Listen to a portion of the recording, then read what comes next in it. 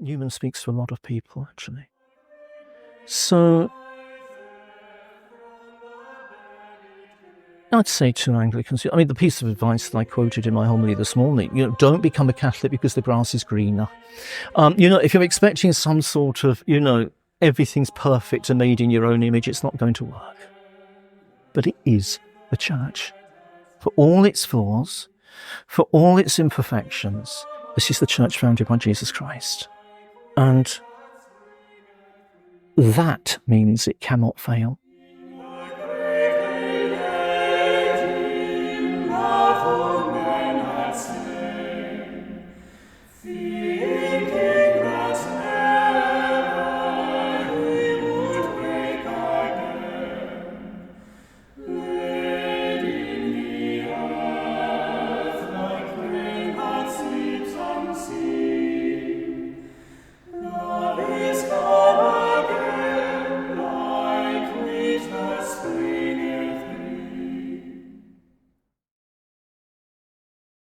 I'm Christopher Mahon with the Anglicanorum Coetibus Society, which promotes the Anglican tradition and common identity in the Catholic Church. Bishop David Waller was born in London, studied at the University of Leeds, and worked as a community worker before entering ministry. He studied for Anglican orders at Chichester Theological College and then served in parishes in Chichester and East London as a curate and vicar. Father David also ministered as a hospital chaplain and served as a member of his diocesan synod. In 2005, he became part of the General Synod of the Church of England, and in 2011, he entered full communion with the Catholic Church as part of Pope Benedict's Ordinariate, a special diocese for Catholics of the Anglican tradition. Since then, he has served as a pastor and parish priest, as chairman of the Ordinariate's Governing Council, and as Vicar General to Monsignor Keith Newton. In 2024, on the feast of St. John Fisher and St. Thomas More, Father David Waller succeeded Monsignor Newton and became the second ordinary of the UK's Ordinariate of Our Lady of Walsingham and its first bishop. The day after his episcopal consecration, he took some time to talk. Bishop Waller, thank you very much for taking some time to speak. It's been just over 24 hours since your consecration and ordination as bishop. How does that sound strange to you, Bishop Waller, your grace? Sounds completely strange. I can't get my head around it at all, really. I suddenly realised it was during the Eucharistic prayer at the cathedral yesterday, and one of the deacons needed to get past me, and he said, "Excuse me, Bishop," and I didn't move at all because I was speaking to somebody else. The nice side of things, I suppose, is actually people carry on calling me Father, and that's good. Right. Yeah. Your Grace, in the Ordinariate of Our Lady of Walsingham, you have been serving as a parish priest, as the chairman of the Governing Council, as the Vicar General of the Ordinariate, and prior to crossing the Tiber, you served as a curate and vicar in the Church of England. How would you describe your own journey, and what should members of the Ordinariate and the wider Church know about Bishop David Waller? How much they should know, I suppose, is for them to judge. But it's been a steady pilgrimage. There have been key moments, but it's a steady pilgrimage. I grew up in a practicing Anglican family, very much within the Anglo-Catholic sphere of the Church of England. So unity was something that we always prayed for. And indeed, in the liturgy where we use it, you almost think we'd already got it. We prayed for whoever the current pope was, and then for the Anglican diocesan bishop. And then as I got a bit older, the parish priest explained to me that the problem was the two weren't in communion with each other. Which, as a quite a young child, you realised actually there was this aspiration that your bishop would be in communion with the See of Peter, although it wasn't explained in quite that way. And then, by the time I was an undergraduate, the Archic report, the first sort of summary of the Archic report came out, and then we had the papal visit of John Paul to England, and he and the Archbishop of Canterbury walked side by side in the streets, and we thought that Christian unity was around the corner, and it wasn't. And one of the reasons, there will be many on both sides, but one of the reasons clearly was because even while the dialogues were going on, parts of the Anglican Communion were moving the goalposts. And the result of that is that I think the Catholic Church found it hard at first to realise how different structurally Anglicanism is. And that's still the case, I find. People think that the Church of England is the same as the Roman Catholic Church, only it's a bit different. But it's not. Every national church is an independent body. People talk about the Anglican Church. There's no such thing. It's a communion of autonomous churches around the world. So one of the things that was quite clear, as those archive documents were discussed, the Catholic Church could discuss them, analyse them, and make a response.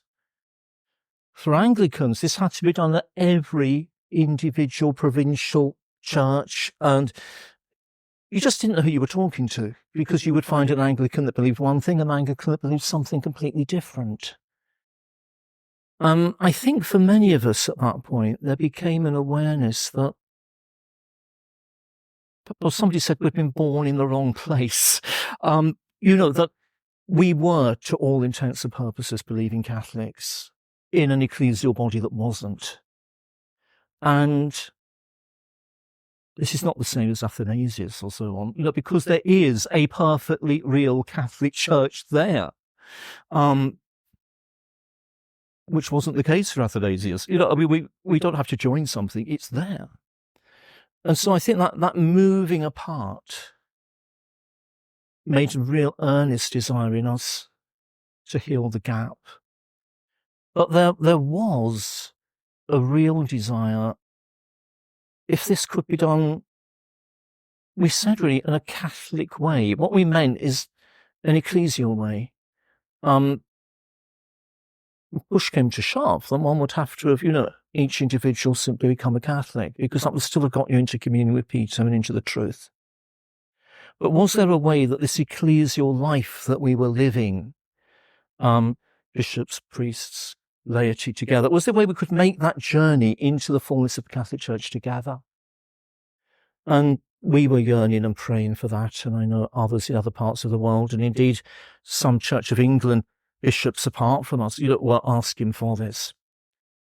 And then Pope Benedict issued his apostolic constitution, Anglicanorum Coetibus. And for me, the words of the Anglican parish priest I grew up under, it was a very holy man, he'd said to me that he had always remained in the Church of England because when groups of them had sort of audiences in the Holy See, they had been told to stay in the Church of England and teach the faith and work for unity. And he said, if the moment were to come when a successor of Peter said, now's the time to come, you just go overnight. And those words were ringing in my ears. People say, you don't know what a dead man would do. Well, I did know what that dead man would do. He'd said it and would have done it. And this, it seemed to me, this was what we had always prayed for. And yes, one had to pray and work out the practicalities, but there was no decision. There was no decision at all, whether the Ordinariate was something to pursue or not. As one of our priests put it, we'd prayed for years for a lifeboat, and some people now said they didn't like the colour of the lifeboat. It was, it was a bit like that. This was the answer to our prayers. And how could we say no? And the rest, the rest is history. There was a period of time where those of the bishops who were coming into full communion gathered those of their priests around them. It was a bit slower in some parts of the country because where the bishop didn't relate to that part of the country, initially things had to be not secretive, but they had to be quite gentle. This wasn't the moment to start alienating people and making people make decisions before they were ready. And we met fairly regularly in London. And then, of course, Pope Benedict had his visit in 2010 to England, which again was marvellous. I managed to attend the event in Westminster Abbey because although my time on the General Synod of the Church of England just finished, they hadn't had the elections for the next mob yet. And they suddenly they couldn't fill the Abbey and they were desperate. So they went round saying, would you like free tickets? And I said, well, yeah. And that was powerful. And what was powerful, although we were in Westminster Abbey, the really powerful thing earlier in the day, while we still had to be, because of security, in the Abbey hours in advance, but they beamed in on screens the Holy Father's address to the Houses of Parliament across the road. And again, the way he managed to talk about the way our faith, the way God expects us to behave as a society, was profound. And you just wouldn't find that anywhere else, even in a nationally established church. It was powerful again. This wasn't just about, us not liking the ordination of women or not wanting this or a particular liturgy. It was about these profound truths that could ultimately only find their expression in communion with Peter. And then, early 2011, we resigned from our Anglican parishes. We started to be catechized really in the Catholic Church. It took a different form in different places. The parish that we worked with were very good. The priest said basically the best thing to do is to do a whistle-stop tour of the Catechism of the Catholic Church. But you're going to say, yeah, we know that already. But just in odd moments, there'll be a pause to clarify things, and that was good.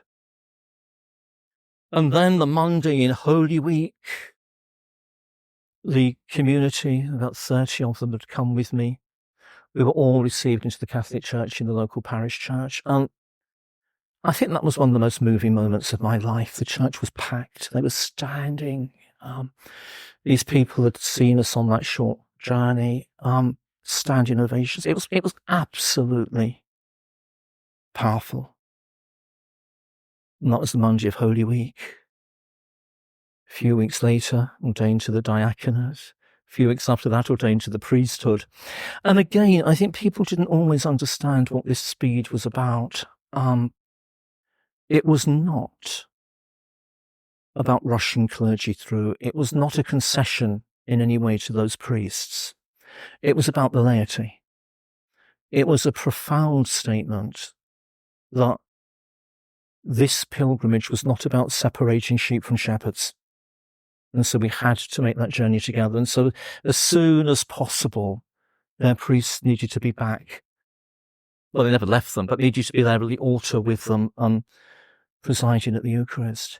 We still did the formation. We did full 2 years formation, but we did it after the ordination. And therefore, by that point, many of us were running dioceses and parishes and things as well. So we were cramming an awful lot in.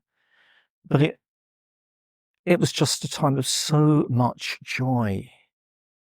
When you look back, that sort of reckless abandonment of leaving all of that behind and, taking the risk, it just didn't feel like that at all. It was a time of supreme grace. When Anglicanorum Coetibus was first announced, when it first came to the public's attention, it was October 2009, and then it was promulgated in early November of 2009. As you've indicated, that was a real answer to generations of prayer. And it rightly made headlines around the world. Yeah. Do you remember where you were when you first heard the news? What were your first thoughts? Yes. It was, forgive me, but I think it was sort of a Kennedy moment.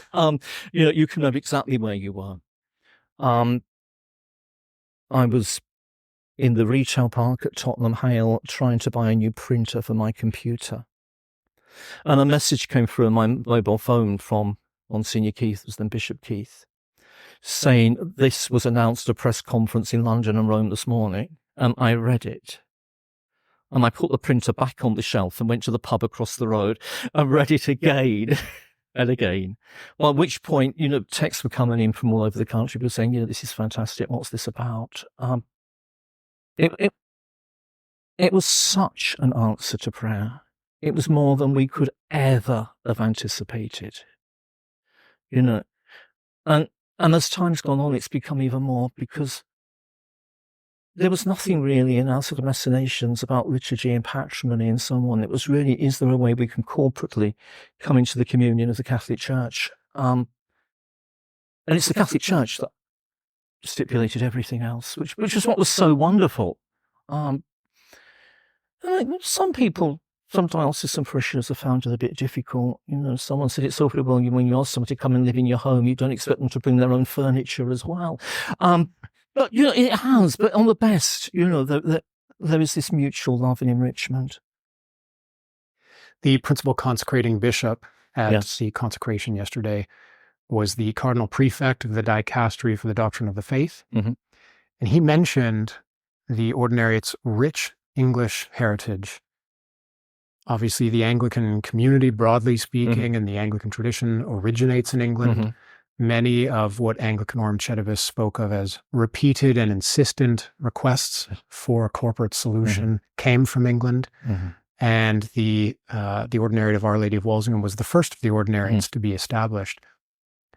Is there perhaps a unique character to the English ordinariate, or does it have perhaps a special place in the broader ordinariate family? I think it probably does. The problem is, of course, we don't really understand the other two ordinariates well enough to know what the differences are. But it does obviously originate in the heart of Anglicanism. And therefore, in one sense, it's also broken communion with the heart of Anglicanism, in the sense that, the Church of England remains the established church in England. It means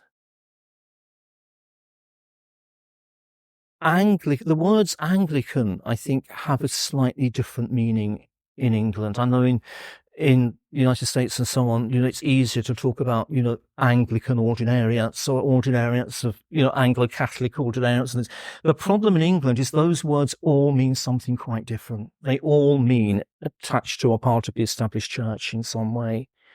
And therefore, I think, also here you see the continuing movement and so on never really took off.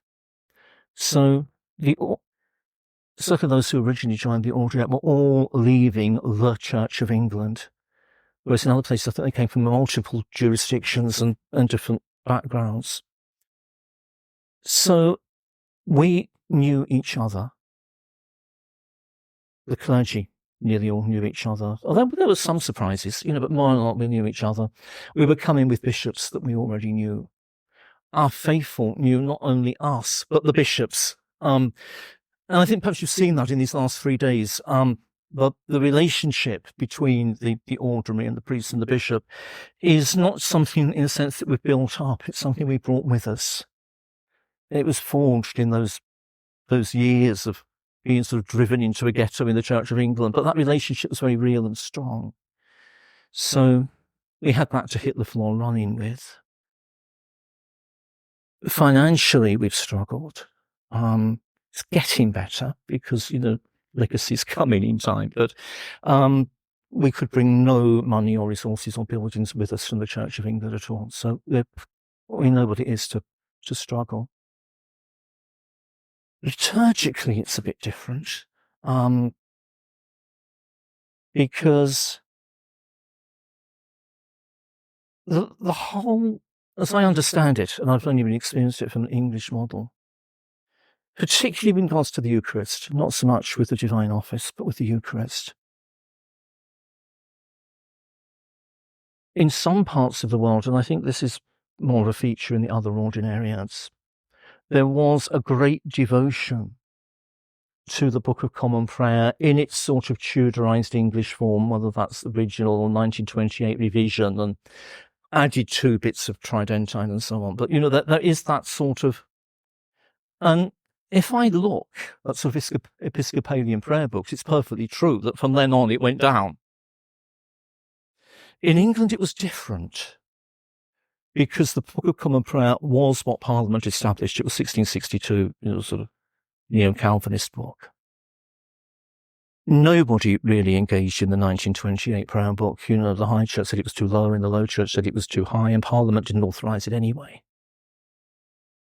And so liturgical revision in the Church of England was a series of alternatives to 1662, which is non-negotiable.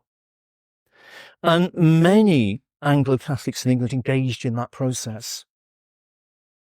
So I think they would say that actually every revision was better than the one before. So there was no sort of real dislike of the liturgies of the Church of England in the same way that, that there was no great desire to run away from its liturgies, or at least its liturgies used in the best way. Or you could almost get away with the Roman Rite, with all the options. That would have worked. And so a challenge, and it's been quite a beautiful challenge, has been to look again at those liturgies, those resources, which may not have influenced me particularly, but certainly my mother, certainly my grandparents, certainly the great heroes of the Oxford movement. And I say sometimes, as an inner city parish priest, I was a great advocate of teaching Black history in the schools. But you don't just ultimately teach Black history to Black kids. It's about the fact that this is the history of the integrated community. And so people relearn things in their patrimony that for a generation have been lost. And I think we've been doing some of that particular and discovering anew, some of the great riches of Anglican tradition, particularly the words of the prayer book and so on. So we are a bit different. But like I say, it all comes from this absolute desire to be at one with Peter. Mm-hmm. It's been nice to see people from the other ordinariates visiting here over the past few days. Yeah. How do the three ordinariates build on what His Eminence referred to as an essential relationship between the three ordinariates? How do we build that community? It's going to be hard, I guess, because of the distances involved. They are vast. But at the moment, it does seem to me, and I'm probably speaking out of turn, it does seem to me that such relationships as there are, and I think they've been quite good, have been between the ordinaries.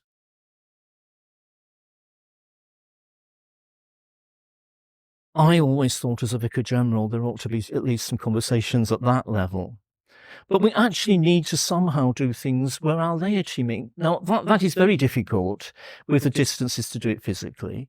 And even to do it online, the time zones are such that, these things are difficult. But I think we've got to find a way of persevering and doing that. And the fact that there have been people from both the Ordinariate Chair of St. Peter and Bishop Lazaro from Ordinariate Lady of the Southern Cross, people start to realise this is something bigger than that. And the combination of us realising that we exist together, and it has been, lay folk that have said, we've talked to people from here, there and everywhere else.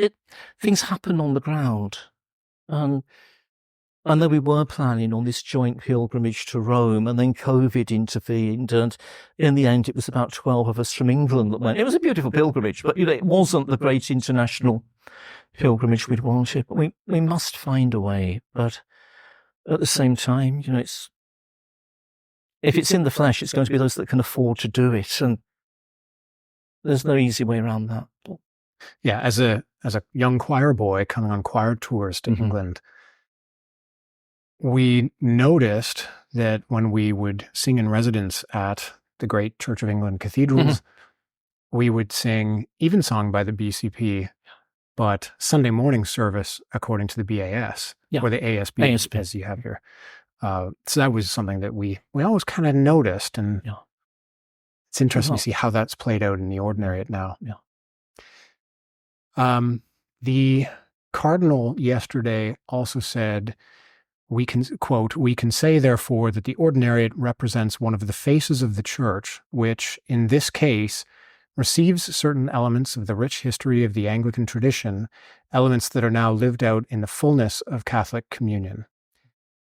What would you say this tradition means to you, and are there particular elements of the patrimony that you personally cherish in a special way?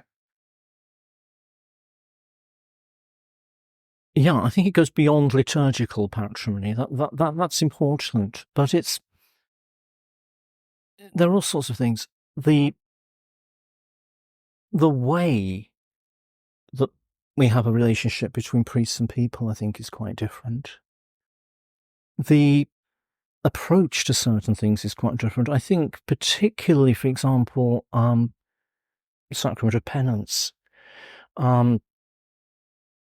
These are great sort of caricatures, but on one side you've got this tradition of people sort of queuing up for hours to spend 2 minutes in the box to do their duties of this, which is absolutely sound.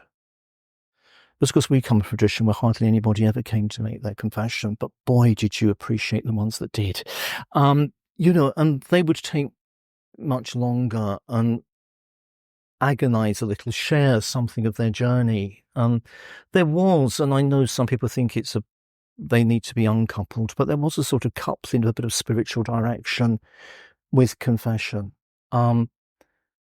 which is actually much more post-conciliar. This is actually about healing and wholeness and configuring again to Christ rather than the judge dealing with the dead sinner, as it were.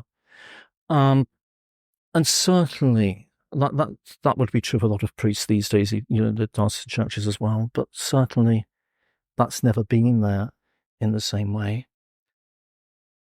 I think even reading things like the Doctrines of Vatican II, I've discovered we've done them slightly differently because we've come from different contexts. We come from a theological background, by and large, that never really encountered scholasticism. So classical Anglicanism, you wouldn't see that in contemporary seminaries and so on, but classically, there was this love for Scripture, the fathers of the Church, and understandably belonged to the Church across the centuries, but in a very, very sort of different, almost more orthodox way than the post-Tridentine developments. And I think those post-Tridentine developments are not to be despised. They've got great truths and we can benefit from them. But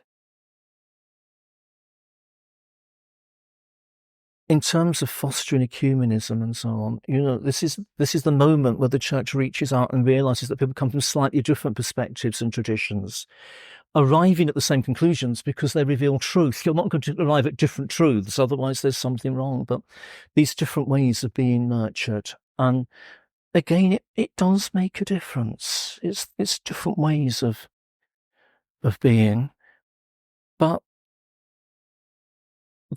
the distinctions are wonderful, but they must never get in the way of the fact of the greater whole. There is, and many of our priests here are running diocesan parishes and involved in deaneries and so on. In some places, there's a real interest in the Ordinariate. In many, there isn't. But they still recognise each other as fully Catholic priests. And sometimes people say to me, well, if I ever become a Catholic, I'm going to do it the proper way. I'll come the diocesan route. And I've given up arguing with them. That's fine. I just say, if that's what you want to do, do it. But once you become a Catholic by your proper route, if you're in hospital and they page a priest, don't be surprised if it's an ordinariate priest that comes. If you're in prison, certainly don't be surprised if it's an ordinariate priest that come, because we've got several there, and so on. This sort of pick and mix mentality doesn't move into the Catholic Church. At the end of the day, a priest is a priest. The Church is the Church. And I think we've got that great privilege of bringing distinctive things with us and yet being part of the wider whole. In terms of ecumenism, which you mentioned, it was really nice to see multiple Anglican bishops and some other ecumenical guests at the consecration yesterday. How has the Ordinariate better equipped the Church for the task of evangelization in the modern world? And how can Ordinariate members better build those relationships beyond our own communities? I think it takes time, and I suspect it is starting to get easier because personalities have moved on. We're not talking about the same people that you were clashing with when you were in communion with each other, or the people that felt you'd abandoned them when you left the Church of England. 13 years gets in the way of that, and that helps a great deal. The Anglicans that were there yesterday were, in their different ways, exceptional, because these were personal friends who had, well, all for different reasons, remained Anglicans, being so supportive of this journey. And of course, they represent probably a very small minority of people at that time. But there is a message about ecumenism which I think is more clearly understood on the Catholic side than the non-Catholic side. Partly because, we ultimately believe that ecumenism means being in communion with the Holy See and being one church doctrinally, whereas many other denominations just, as long as you can agree to differ and celebrate the Eucharist together on that basis, that's all you need. And so they're not looking to the same goal. That becomes a problem. If there are Anglicans watching this, is there a particular message you'd like to give them? Well, it depends on the Anglican, you see. What certainly you see nowadays, it was always the case, but it's becoming more and more the case. Many of those coming into the Ordinariate are not coming from Anglo-Catholicism. Some are. But some are coming from quite sort of strict evangelical backgrounds. And that they're coming through different ways. They're all coming from a disillusionment in the Church of England that somehow it's not what they expect of the Church. But one priest in particular will say it was when he suddenly realised that ecclesiology mattered, that the Church was founded by Jesus Christ. And therefore, it wasn't just about believing the right things and, going to the right prayer meetings and so on, but actually belonging to that church founded by Jesus Christ was all important on this journey. And that's without denying anything of his evangelical past, but discovering the church that had actually determined the canon of the Scriptures, the church which had, done so much for the centuries. So that was him in ecclesiology. Another priest just started reading the Fathers. We had one priest who, as an Anglican, started reading the Fathers of the Church. And again, discover this church of Irenaeus, of Athanasius, and so on, is the church which exists today. It's very much a Newman journey. Newman speaks to a lot of people, actually. So I'd say to Anglicans, the piece of advice that I quoted in my homily this morning, don't become a Catholic because the grass is greener. If you're expecting some sort of, everything's perfect and made in your own image, it's not going to work. But it is the Church. For all its flaws, for all its imperfections, this is the Church founded by Jesus Christ. And that means it cannot fail. Yep. Yesterday was the feast day of Saints Bishop John Fisher and Sir Thomas More, an auspicious day for your episcopal consecration. Is there a particular English martyr that is particularly close to your heart? Not particularly. Thomas More and John Fisher would have been there on the list, really, because it's English martyrs are supposed to fall into two categories. Yesterday in the Church of England's calendar, or 2 days earlier in the Catholic calendar, is the feast of St. Alban, the first martyr of England. And I suppose Alban and Fisher and Thomas More sort of offset each other in a beautiful way, because, you know, Alban is that Roman soldier who dies taking the place of another who's going to be martyred for the faith, right back in the times of the Roman occupation. And that's the sort of inspiration, really, that actually the blood of the martyrs is the seed of the church. You know, we owe so much to those martyrs, and the proto-martyr of England is therefore important. But then, by the time you get to John Fisher, Thomas More, and so on, of course, you've got the Reformation martyrs. And they're slightly more complicated. I mean, I think there was an example where, I can't remember which feast it was, but there was a Catholic bishop and an Anglican bishop there present on this great day. And the Catholic bishop said, "Your Grace, it's lovely to be here to celebrate the fact that one of your predecessors killed one of mine." And, you know, I mean, there's a sense in which, you know, if you go to the English college in Rome and you see those marvellous frescoes and what have you, those priests just coming here knowing that they would die, and you want to say sorry. You know, I'm sorry for this. You know, this is our patrimony as well, actually, that we killed these martyrs. And that is actually quite powerful, I think. And we've yet to begin to unpack that. But there is something in this patrimony of the Ordinariate about the successors of the heretics and the successors of the martyrs becoming the same thing. And that, I guess, will only make sense in heaven. And hopefully all our ancestors will be there. But, yeah. Finally, your appointment as bishop has been taken as a sign of the Holy See's continued support for the ordinariates as particular churches, as the fulfillment, as you noted yesterday, of an ecclesial movement. What are your hopes for the future of the ordinariates, and what excites you the most about the ordinariates in the future? Well, what excites me most is Jesus Christ, you know, and I think, you know, sometimes we have to boldly say that, because I think I just split the infinitive, but never mind. Because, like I said in my homily this morning, you know, all these great things of the Anglican patrimony are so important, and we bring these treasures to the church. But we should, you know, I think just occasionally we've given the wrong signals. Just occasionally we've sort of said we've come to save the Catholic Church as if it needs saving. You know, it's founded by Jesus Christ. It doesn't need saving. It's rich and beautiful. And, you know, we came home. We didn't come to some alien territory to make it Anglican. Not at all. But we are seeing things happening in different places, and